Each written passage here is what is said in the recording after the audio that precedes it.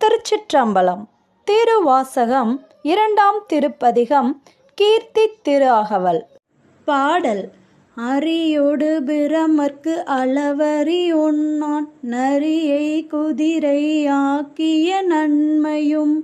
பாடல் விளக்கம். அரியோடு பிரமர்க்கு அளவரி ஒன்னான். ஒரு முறை யார் பெரியவர், நீயா நானா என்ற பெயரில் வாக்குவாதம் ஒன்று படைக்கும் கடவுளான பிரம்மாவுக்கும் காக்கும் கடவுளான விஷ்ணுவுக்கும் ஏற்பட்டதாக ஸ்ரீ அருணாச்சல புராணம் குறிப்பிடுகின்றது. திருவண்ணாமலை உருவானதற்கு காரணமே இந்த நிகழ்ச்சிதான் என்றும் அருணாச்சல புராணம் கூறுகின்றது. அந்நிகழ்ச்சியானது நம்மில் பலருக்கும் தெரிந்திருக்கலாம். எனினும் இந்த திருவாசக வரி விளக்கத்திற்காக சுருக்கமாக ஒரு முறை காணலாம். நான் படைப்பு தொழில் செய்து உயிர்களையும் மற்ற அனைத்தையும் படைக்கும் காரணத்தால் தானே நீ காப்பாற்றுவதற்கு உயிர்கள் இருக்கின்றது. நான் படைப்பு தொழிலை செய்யாவிட்டால் நீ காக்கும் தொழில் செய்ய முடியாது என்று பிரம்மா வாதிடுகிறார். நான் காப்பாற்றுவதால் தானே அனைத்தும் நிலைத்திருக்கின்றது, இல்லை என்றால் எதுவுமே நிலைத்திருக்காது. அதனால் நானே பெரியவன் என்று விஷ்ணு பகவான் வாதம் செய்கின்றார். இப்படி இவர்கள் இருவருக்கிடையே வாக்குவாதமானது தொடர்ந்து நடைபெற்று கொண்டிருந்தது. அவர்களின் தொழிலை நம்பியிருந்த அனைவரும் அதனால் பாதிக்கப்பட்டிருந்தனர். இதை நம்ம பரமசிவன் பார்த்தாரு. இது வேலைக்காகாது, இந்த வாக்குவாதம் முடிவுக்கு வர்ற மாதிரி தெரியல, முற்றிக்கொண்டே தான் போய்கிட்டு இருக்குன்னு சிவபெருமான் நினைக்கிறாரு. உடனே பரமசிவன் என்ன பண்ணுறாரு, அவங்க 2 பேருக்கு முன்னாடியும் போய் ஆகாயத்திற்கும் பூமிக்கும் பரவியிருக்கும் ஒரு அக்னி பிளம்பா உருவெடுக்கிறார். அப்போது ஒரு அசரீரியா ஒலிக்கிறாரு. யார் முதலாவதாக தனது அடியையோ அல்லது முடியையோ காண்கிறார்களோ அவர்களே பெரியவர் என்று அசரீரியா ஒலிக்கிறாரு. அப்போது அவர்கள் 2 பேருமே தங்கள் பெருமையில் மூழ்கி இருந்தாங்க. அதனால் தங்கள் முன் வந்தவர் யாராக இருக்கும் என்று கூட அவங்களால அறிஞ்சிக்க முடியலை. உடனே விஷ்ணு பகவான் என்ன பண்ணுறாரு, வராக உருவம் எடுத்து பூமியை துளைத்து கொண்டு அடியை காண கீழே போகிறாரு. பிரம்மதேவன் அன்னப்பறவை வடிவம் எடுத்துட்டு மேலே பறந்து போகிறாரு. 2 பேரும் போகிறாங்க எத்தனையோ கோடி ஆண்டுகளாக கடந்து போய்கிட்டே இருக்காங்க. பல யுகங்களாக தேடி போயும் 2 பேர்னாலையும் அடியையும் காண முடியவில்லை, முடியையும் காண முடியவில்லை. 2 பேருமே ரொம்ப சோர்ந்து போய் அவங்களோட தோல்வியை ஒப்புக்கொள்கின்றார்கள். அப்போது 2 பேரும் நினைக்கிறாங்க, நம்ம 2 பேரோட வலிமையுமே அவ்வளோதான், இதுக்குன்னு ஒரு எல்லை வந்துருச்சு, நம்மளோட சக்தி அவ்வளோதான் அப்படிங்கிற ஒரு எல்லை வந்துருச்சு. ஆனால் நம்ம முன்னாடி தோன்றின அந்த தீ பிழம்பானது நம்ம தேடி போக போக அதுவும் மேலேயும் வளருது, கீழேயும் போய்கொண்டே இருக்கு. அப்போ அந்த ஜோதி வடிவத்துக்கு சோர்வு என்பதே கிடையாது. அப்போ நம்ம 2 பேரையும் விடவும் அனைத்திற்கும் அப்பாற்பட்டதுமான இந்த ஜோதி வடிவம்தான் மிகப்பெரிய சக்தியாக இருக்கணும். அப்போ எல்லாத்தையும் விட பெருசு எதுனா அந்த ஜோதி பிழம்பு தான் அப்படிங்கிற உண்மையை உணர்ந்து 2 பேருமே அந்த ஜோதி பிழம்பை கை கூப்பி வணங்குறாங்க. அப்போது சிவபெருமானும் தன் ஜோதி ரூபமாக அவங்க 2 பேருக்கும் காட்சி அளித்து அருள் புரிகிறாரு. அப்போது சிவபெருமானின் அக்னி பிழம்பான ஜோதி வடிவம்தான் திருவண்ணாமலை. திருவண்ணாமலையில் சிவபெருமான் மலையாகவே இருந்து பக்தர்களுக்கு அருள்பாலிக்கிறார்.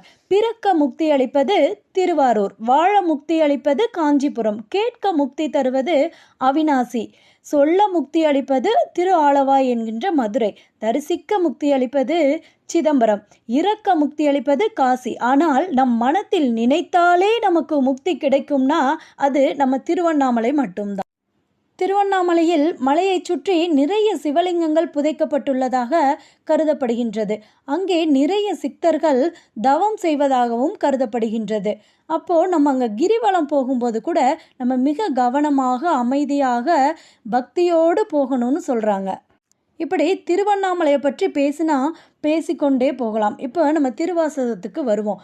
இப்படி பிரம்மாவாலும் விஷ்ணுவாலும் கூட முழுமையாக அறிய முடியாதவர் நம் சிவபெருமான் என்று மாணிக்கவாசகர் குறிப்பிடுகின்றார். அடுத்ததாக நரியை குதிரை ஆக்கிய நன்மையும்.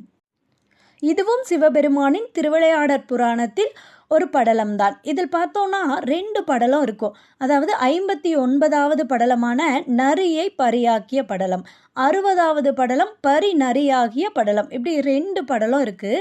இங்கே மாணிக்கவாசக பெருமான் பாடுறது நரியை பரியாக்கிய படலமான 59வது படலம். நம்ம போன பதிவிற்கு முந்தைய பதிவில் பார்த்தோம், குதிரையை கொண்டு குடநாடு அதன் மிசை அப்படின்னு வரி படிக்கும்போது, குடநாட்டில் போய் இறைவன் குதிரையை பழக்கி அதன் மீது தானே எழுந்தருளி குதிரையை கொண்டு வந்து மன்னரிடம் சேர்த்தார் அப்படின்னு பார்த்தோம். என்ன நரிய குதிரையாக மாற்றினதை இவ்வளோ அழுத்தமாக சொல்கிறாங்களே, அதுவும் திரும்ப திரும்ப நமக்கு சொல்கிறாங்களேன்னு தோணலாம். ஆனால் அதுக்கு காரணம் இருக்குது. மாணிக்கவாசக பெருமான் குதிரை வாங்க போக மன்னர் பணம் கொடுத்தாரு. போகின்ற வழியில் இறைவனை பார்த்த மாணிக்கவாசகர் அவர் மீதிருந்த அன்பு பக்தி காரணமாக குதிரை வாங்க வைத்திருந்த பணத்தை எல்லாம் கோவில் திருப்பணிக்காக செலவு செய்து விட்டார். அப்போது மாணிக்கவாசகர்கிட்ட குதிரை வாங்க பணம் கொடுத்தோமே, இன்னும் குதிரை வரலையே அப்படின்னு அவரை காணோன்னு மன்னர் வந்து ஆள் விட்டு தேடுறாரு.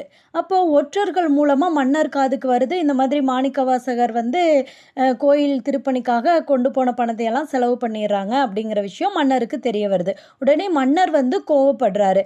மாணிக்கவாசகருக்கு தண்டனை அளிக்கிறார். மாணிக்கவாசகர் இறைவனிடம் மனமுருகி வேண்டுகின்றார். உடனே நம் இறைவன் நந்தி தேவரையும் மற்ற பூதகணங்களை எல்லாம் கூப்பிட்டு பூமிக்கு வர்றாரு. இப்படி பூமியில் வந்து நரிகளை குதிரைகள் போன்று உருமாற்றி பழக்கப்படுத்துகின்றார் சிவபெருமான். நரிதானேன்னு நம்ம சாதாரணமாக நினைக்கக்கூடாது. இப்போ காட்டில் போய் ஒரு சிங்கம், புலி, யானை இந்த மாதிரி இருக்கிற மிருகங்களை எல்லாம் நம்மளால் சுலபமாக பழக்க முடியும். இப்போ ஜூலெலாம் போய் பார்த்தோம்னா தெரியும், அங்கே ஒரு ட்ரெயினர் இருப்பார். அவர் ஒரு சிங்கத்தை போய் கூட உட்காருன்னு சொன்னால் உட்காரும், யானை எந்திரின்னு சொன்னால் எந்திரிச்சு நிற்கும், நடக்கும், அந்த மாதிரி பண்ணும். ஆனால் இந்த நரி இருக்குது பார்த்தீங்களா, அந்த நரியை நம்மளால் பழக்கவே முடியாது. மேக்சிமம் ஜூலெல்லாம் கூட நரியை வச்சுருக்க மாட்டாங்க. ஏன்னா நரி வந்து சுலபமாக பழகாது. நரி மிகவும் தந்திரமானது, மோசமானது. நம்ம எவ்வளோ பண்ணினாலும் கடைசியில் அது அதோட புத்தியை தான் காமிக்கும். கடைசியில் கடிச்சு வச்சுட்டு ஓடி போயிடும்.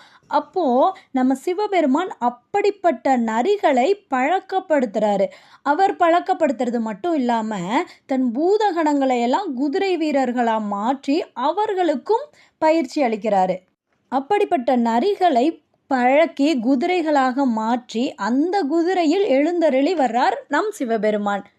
அப்படி வந்து தக்க சமயத்தில் நரியை குதிரையாக மாற்றி கொண்டு வந்து அரசனிடம் சேர்த்து தன்னை தண்டனையிலிருந்து காப்பாற்றி தனக்கு நன்மையை செய்ததாக பாடுகின்றார் மாணிக்கவாசகர்.